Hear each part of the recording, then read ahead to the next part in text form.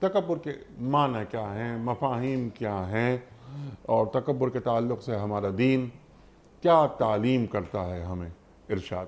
تکبر کے ویسے تو معنی آتے ہیں اپنے آپ کو بڑا سمجھنا، اپنے آپ کو اونچا سمجھنا، دوسروں کے مقابلے میں اپنے آپ کو فوقیت والا سمجھنا، ٹھیک، یعنی کبر سے لفظ نکلا ہے۔ کبر مشہور لفظ ہے جسے ہم گھمنڈ کہہ لیں ہم کسی جی بات پر۔ اللہ تعالیٰ نے انسان کو جو نعمتیں عطا فرمائی ہوتی ہیں اس میں کچھ نعمتیں ایسی ہوتی ہیں کہ جو دوسروں کے پاس کم ہوتی ہیں، کسی ایک شخص کے پاس زیادہ ہیں۔ اللہ نے کسی کو علم دیا ہے، صحت اچھی دی ہے، صورت اچھی دی ہے، منصب اچھا دیا ہے، دولت زیادہ دی ہے۔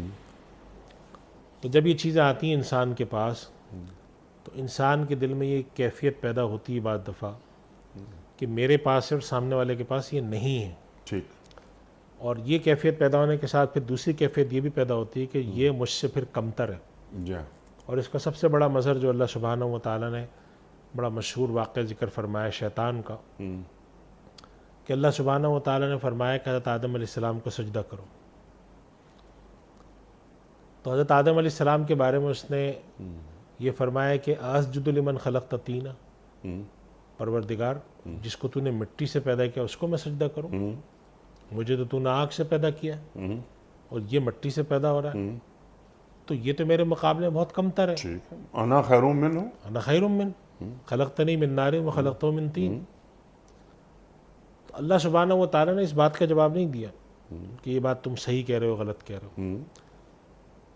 اس بات کے اوپر اللہ نے ناراضگی کا اظہار فرمایا کہ جب تمہیں حکم دے دیا گیا اور حکم دینے والا خالق تھا تو تمہاری یہ مجال کیسے ہوئی، تم نے ذہن میں یہ کیسے آیا کہ میں اچھا ہوں اس سے؟ روز چند کام کہ ہمارے اندر سے تکبر کا خاتمہ ہو جائے، تو جو چند موٹے موٹے کام ہیں آپ امت کو تعلیم کر دیجئے کہ ہاں یہ چیزیں ضروری ہیں اور اس کا آغاز آج ہی سے ہو جانا چاہیے۔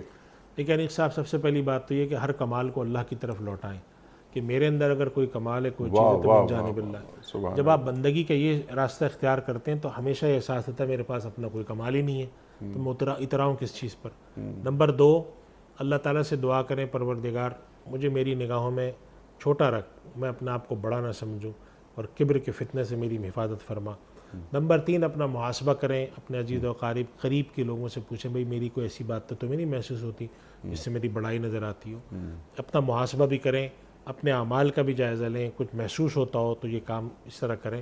اور تیسری اور آخری بات یہ ہے کہ اپنے حق میں، یعنی اللہ تعالیٰ سے جیسے ہم بہت ساری چیزیں مانگتے ہیں تو اللہ تعالیٰ سے یہ بھی دعا مانگنی چاہیے کہ پروردگار جو مجھ میں خرابیاں ہیں، جو عیوب ہیں، جو گناہ ہیں، جو مجھے نہیں معلوم یا مجھے معلوم ہے، اور میں اعتراف اگر ہے انسان کو، یعنی کوئی شخص گناہ بتائے نا آپ کو تو آپ ڈٹ لیں نہیں مجھ میں یہ گناہ ہے ہی نہیں، ایسا نہ کریں۔ اگر کوئی بتا رہا ہے تو آپ کے پروردگار میں سمجھتا ہوں مجھ میں نہیں ہے، میں نہیں جانتا تھا مجھ میں ہے، اپنے حق میں دعا بھی کریں کہ اللہ مجھے ان عیوب سے نجات عطا فرما۔ تو جب آپ یہ راستہ اختیار کرتے ہیں جی، تو اس سے امید یہ ہے کہ اللہ سبحانہ و تعالیٰ اس کو ختم کرتے ہیں۔ اور آخری بات یہ ہے انیق صاحب اس میں کہ چھوٹے چھوٹے کام جو ہے نا اس کے کرنے اس کی عادت ڈالنی چاہیے۔ کیا بات ہے، چھوٹی چھوٹی نیکیاں، چھوٹی چھوٹی نیکیاں۔ ہم نے اپنے یہاں بزرگوں کو بعض کو دیکھا، میں نے بڑے بزرگوں کو کہ وہ جھاڑو لگا دی، باہر نکل کے مسجد کے باہر جھاڑو لگا دی، کیا بات ہے، حالانکہ ان کے 10 خادم حضرت دے کے نہیں بھائی ہم پہ بھی حق بنتا ہے۔ اللہ کے نبی صلی اللہ علیہ وسلم سید الاولین والآخرین، اللہ غزوہ خندق کے موقع پر آپ نے کیا فرمایا؟ آپ صلی اللہ علیہ وسلم نے خود بھی خندق کھودی، پیٹ پر پتھر باندھے دو، سید الاولین والآخرین، آپ دیکھیں منصب کیا، مرتبہ کیا، اللہ۔ اور صحابہ کرام کے ساتھ لگ کر ایسا کیا۔ ہمیں یہ احساس ہی نہیں ہوتا کہ ہم میں تکبر آ گیا ہے۔ کوئی ہم سے پوچھے ہم کہیں گے ہاں بالکل بھی تکبر ہم میں نہیں ہے، حالانکہ ہوتا ہے کہ تکبر کہیں نہ کہیں میں سامنے والے کو حقیر سمجھ رہا ہوں اور خود کو بلند منصب پر فائز رکھ رہا ہوں۔ اس کا چیک کیا ہے؟ دیکھیے یہ بات آپ صحیح کہہ رہے ہیں، عام طور پہ جتنی اس طرح کی بیماریاں ہیں انسان کو عموماً اس کا اندازہ نہیں ہوتا۔ اس کا چیک کرنے کا طریقہ ہوتا ہے کہ انسان، جیسے ہم کہتے رہے اپنے ایک پروگرام میں بات ہوئی تھی کہ اپنے ساتھ وہ کوئی مربی یا اپنے مخلص دوست ہوتے ہیں، ان کے ساتھ انسان اس بات کو دیکھے کہ میرے ساتھ اگر کسی کو شکایت ہے تو اس میں کبر والے معاملے میں ہے، اگر ہے تو میں اس کو کم کرنے کی کوشش کرتا ہوں، شاید میرے اندر تکبر آ گیا ہو، شاید مجھ میں گھمنڈ آ گیا ہو۔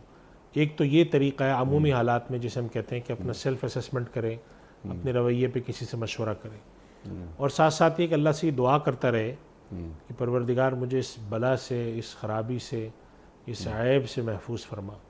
اس کا فائدہ یہ ہوتا ہے کہ اگر اس میں خرابی ہو تو آہستہ آہستہ آہستہ آہستہ وہ کم ہوتی ہے۔ اور سب سے زیادہ جو بہتر طریقہ ہوتا ہے وہ یہی ہے کہ اپنے جو ساتھ لوگ ہیں ان سے معلوم کیا جائے، کسی طرح بلا کر کہ بھائی مجھ میں اگر کوئی کمزوری نظر آتی ہے، اچھا یہ خرابی ہے تو مجھے ذرا بتاؤ، تنبیہ کرو، تاکہ میں اپنی اصلاح کی کوشش کروں۔ اور اس سے سب سے زیادہ فائدہ مند چیز ہوتی ہے، اور کہتے ہیں اچھا دوست، اچھا مخلص دوست وہی ہوتا ہے جو آپ کی خرابیوں پر آپ کو تنبیہ کرے، بتائے، اور کہ بھئی آپ ایسا کرتے ہیں۔ بس یہ کہ خرابیوں پہ تنبیہ کرنے کا یہ مطلب نہیں کہ بٹھا کر وہ بھی گالم گلوچ کرے کہ تو نہایت متکبر ہے، بیہودہ آدمی ہے، یہ ہے وہ، ایسا نہیں۔ ایک اچھے طریقے سے کہ میرا خیال ہے کہ تم اگر یوں نہیں یوں کرتے تو زیادہ اچھا تھا،